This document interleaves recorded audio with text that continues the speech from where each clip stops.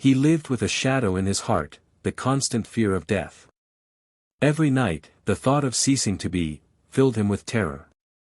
He avoided the very mention of death, as if it were a contagious disease. His prayers were empty rituals, performed out of fear, not love.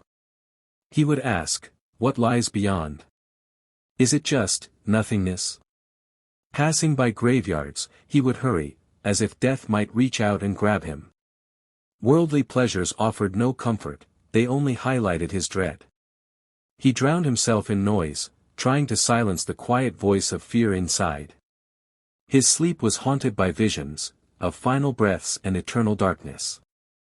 In his weakest moments, he would confess, I am so afraid of what comes after. He envied the faithful, their peace was a mystery he could not solve. His mind was a battlefield, where faith and doubt waged endless war.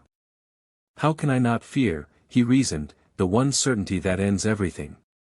He felt a vast distance, between his soul and its creator. Alone in the dark, he would weep, his tears the only prayer he could manage. He tried to reach out in prayer, but his words felt hollow, unheard. Until one day, he heard a truth, the one who fears death, is already its prisoner. The word struck him like lightning, illuminating the prison of his own making. A revelation dawned, his terror was not of death, but of meeting his Lord unprepared. In that clarity, a decision was born, he would seek the truth about his Creator. He began his search with a single, sincere question, Who are you, my Lord? He went to a wise man and asked, with the humility of a lost child. The sage told him, Your fear is the cry of a soul, that recognizes its Lord but knows it is distant. The believer, the sage said, fears his own shortcomings, not the mercy of the most merciful. Your remedy, he was told, is to seek him through his greatest attribute, his mercy. And so, he began to read, to truly learn about Rahman, the entirely merciful. He discovered verses that spoke of a love, vaster than the heavens and the earth. Do not despair of the mercy of Allah, he read, and his heart trembled with a new hope. He had imagined a stern judge, and found, instead, a merciful, forgiving Lord. He wept for all the years, he had lived in ignorance of this boundless love. He learned to pray again, this time, learning the language of the heart. And in his first sincere prostration, he felt a weight lift that he had carried for a lifetime. Whispering into the ground, he pleaded, My Lord, if you accept those who return. And a warmth filled his chest, a silent, profound answer, I do. A peace he had never known, settled deep within his soul. He spent nights in conversation, as if discovering a beloved friend he never knew he had. The fear of the end, slowly turned into a curiosity about the meeting. He began to visit graves, not with dread, but to remind his soul of its true home.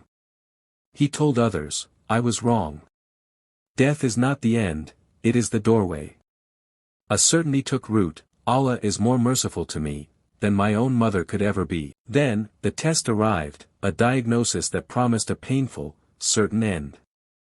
The old specter of fear rose up, towering and dark. He remembered his journey, and to his own surprise, he smiled. He searched his heart and found, not panic, but a strange, solid trust. He said aloud, Allah is sufficient for me. He is the best to rely upon. He went home, not to mourn, but to fall into the prayer of surrender. In prostration, he whispered, O Allah, if this is good for me, then let it be. He surrendered his fate, completely to the will of the most merciful. He began to treat each remaining day, as a precious, borrowed gift. He sought forgiveness from everyone, mending the fractures of his past. He packed his spiritual provisions, with good deeds and sincere repentance. His body grew weaker, but his soul felt lighter, stronger. On a night of intense pain, he thought, this is it. The door is opening. With his last strength, he called out, Ya Arham Rahimin. O most merciful of the merciful. Suddenly, the pain receded, replaced by a deep, enveloping calm. In a vision, he was surrounded by light, and a voice said, Be not afraid. You punished yourself with fear for years, the voice soothed. But I am Rahman. You have a choice now, come to me, or return and tell of my mercy. Tears of love streamed down his face. Let me return, to tell everyone about you. He awoke at dawn, breathing easily, his body whole. His family wept around him, from a joy that defied understanding.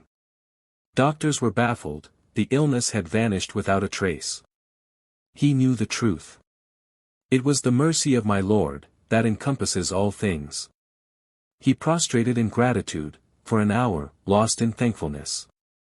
The world looked new, every leaf, every smile, was a gift from the merciful. He dedicated his life, to guiding other fearful hearts to this same peace. He stood and shared his story simply. I was afraid of Allah's mercy. If you only knew the depth of his mercy, he would say, you would sprint toward him. Lost souls came to him, and found a map to the divine. His advice was always the same, read of his mercy. Every day. Surah Ar-Rahman. He watched as despair turned to hope, in the eyes of those who listened. In private, he would weep and say, it is you who guides them, my Lord. Not I. His entire life became a single, continuous act of worship. Years later, he visited his old doctor, a man of pure science. The healing, he said gently, came from a place beyond your charts. He saw a tear on the doctor's cheek, who whispered, this changes everything. The seasons turned. He grew old, his face lined with peace, not worry. The man who once trembled at death's name, now spoke of it like a beloved traveler. When his final hour drew near, he was serene. Do not cry, he told his family. This is my appointment, with the one I have come to love. Remember this, he said. Allah's mercy is greater than your greatest fear. With his last breath, he smiled a wondrous smile, and whispered the testimony of faith. His soul departed, as gently as a sigh, meeting its origin without fear. He passed from this world, as one who longed for the meeting, not one who fled from it. For he had learned the secret, to know Allah is to love him, and to love him is to yearn for him. So I ask you now, watching this, do you carry that same heavy fear? Do you feel a barrier, built from regrets or doubts, standing between you and your Lord? The path is clear, and it is one, turn back to him. Learn his names, the forgiving, the loving. Do not wait for a calamity, to send you stumbling toward his door. What are you waiting for? The moment of your return is now. Stand up. Make ablution. Pray 2 rak'ah. And speak to him, from your deepest heart. He has promised, call upon me, I will respond to you. Trust that promise. O Allah, take the fear of the unknown from our hearts, and replace it with a longing for you. O Allah, have mercy on us in this life, in our graves, and on the day we stand before you. May your peace and blessings be upon our Prophet Muhammad, the bringer of this mercy. And all praise is to Allah, the Lord of all creation, the entirely merciful, the especially merciful.